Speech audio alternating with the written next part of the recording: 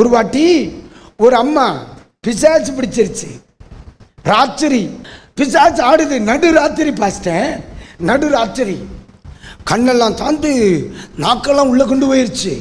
பிசாசு ஆடிட்டு நிற்கி முழங்கால் போட்டு ஜபம் நடக்குமோ. அந்த பிசாசு சொல்லுது, பாரு நான் இவளை பல முறை கொல்லணும்னு நினைச்சேன். எப்படி? இதை போல 10 வாட்டி அவளை கொல்லணும்னு நினைச்சிட்டேன். ஆனா என்னால முடியலை. இப்போ உன்கிட்ட சிக்கிட்டேன்னு சொல்லிச்சு. அப்ப என்னால முடியலைன்னு சொல்லிச்சுல, ஒரு பேட்டி எடுக்கலாம்ல. நம்ம வாய் எங்க வாய் ஏற்கனவே நம்ம வாய்ச்சிருக்கேன். அப்ப நான் சொல்லி, என்ன ஏன் உன்னால முடியலை? அந்த அம்மா சிஎஸ்ஐ கிறிஸ்டியன், ஆனா ஆவிக்குரிய தாய், ரசிக்கப்பட்டு ஞானஸ்நானம் பெற்று. அப்படி இல்லை, யாருன்னு சொல்லுதே, என் பாப்பாவுக்கு முதல் பிறந்த நாள் ராத்திரி ஃபங்க்ஷன் எல்லாம் முடிச்சுட்டு எல்லாரும் ஊருக்கு கிளம்பிட்டாங்க. ஒரு 20 பேர் போல ஹாலில் படுத்திருக்காங்க. எங்க அம்மாவுக்கு தங்கச்சிக்கு ஏற்பட்டதா, அதான் ஒரு சம்பவம். சொல்லண்டான்னு சிலர் பேக்க முடிக்காத. நம்ம வீட்டுக்குள்ள நடக்கிற சம்பவம். ஒரு 11:30 மணிக்கெல்லாம் நான் ரூமுக்கு போயிட்டேன், நான் தூங்குறதுக்கு. திடீர்னு பார்த்தா எங்க அக்கா உட்காந்து ஜோம் பண்ணிக்கிட்டே இருந்திருக்கா. பக்கத்தில் இந்த சித்தி என்ன செய்திருக்காங்க, படுத்திருக்காங்க. திடீர்னு பார்த்தா இந்த அம்மாவனுடைய கருவுளி எல்லாம் மேலே போயிட்டு ஃபுல்லாக வெள்ளை கலரில் இருக்கு, இந்த கொஸ்டின் பேப்பர் இந்த மாதிரி. நாக்க காணும், மரக்கட்டை ஆட்டு. உடனே எங்கள் அக்கா என்னை கூப்பிட்டா, தம்பி இங்கே பாரு சித்தி ஒரு மாதிரி ஆயிட்டான். பிறந்த நாளுக்கு வீடு வந்து செத்த வீடாயிரப்படாதுல்ல. அன்னைக்கு பார்த்து என் காரை என் நண்பன் பிறந்த நாளுக்கு வந்தானா, இல்லை காலையில் வண்டியை கழுவிட்டு வான்னு சொல்லி அவங்க எல்லாம் காரை கொடுத்து விட்டேன். எங்கள் ஊர் எங்கே இருந்து தெரியுமா? 4 கிலோமீட்டர் நடக்கணும், கிராமத்தை விட்டு வெளியே வரணும்னா.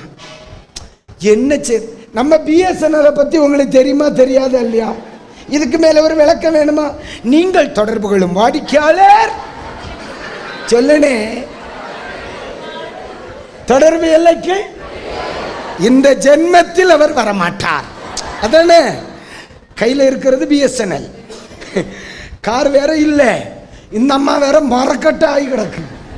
என்ன செய்யறது? ஜெபம் பண்ணிடுவோம். ஜெபம் பண்ண ஆரம்பிச்ச உடனே வைப்ரேஷன் வந்த உடனே அண்டர்ஸ்டாண்ட் ஆச்சு. நம்ம பிறந்த நாளுக்கு கூப்பிடாத இன்னொரு ஆள் என்ன செய்திருக்கு, முழங்கால் போட்டாச்சு.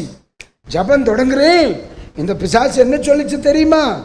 நானு இவளை இத மாதிரி 10 வாட்டி கொல்லணும்னு நினைச்சேன், என்னால முடியலைன்னுச்சு. அப்பதான் நான் கேட்கிறேன், ஏன் முடியல? அது என்ன சொல்லிச்சு தெரியுமா? அந்த அம்மா சிஎஸ்ஐ கிறிஸ்டியன் தான், ரசிக்கப்படாதவங்க. ஆனா இந்த அம்மாக்குள்ள இருந்த ஒரு நிலைமையை பாருங்க.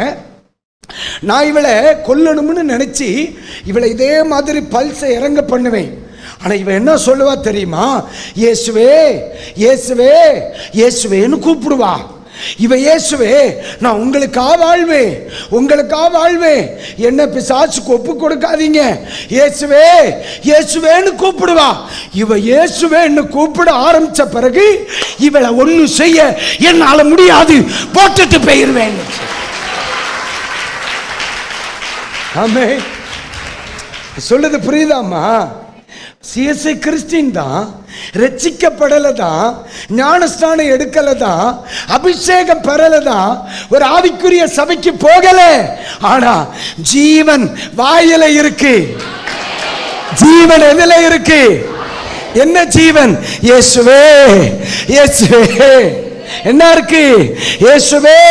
அப்ப இன்னைக்கு ராத்திரி சொல்லுகிறேன், எந்த குடும்பத்துக்குள்ளே, எந்த சபைக்குள்ளே இயேசு கிறிஸ்துவை உயர்த்துகிற சத்தம் எழும்புகிறதோ அந்த குடும்பத்துக்குள்ளே மாற்றம் உண்டாகும். அல்லேலூயா. இன்னைக்கும் அந்த உயிரோடு இருக்கு, இன்னைக்கும். ஆனா ரட்சிக்கப்பட்டு ஞானஸ்தானம் பெற்று எங்க சித்தி அபிஷேகம் பெற்றிருக்காங்க.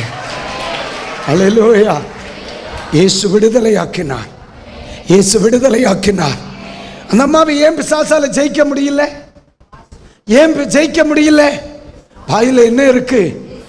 ஜீவன் உள்ளவருடைய பெயர், ஜீவன் உள்ளவருடைய பெயர், வாழ வைக்கிறவருடைய பெயர், மாற்றத்தை கொடுக்கிறவருடைய பெயர்.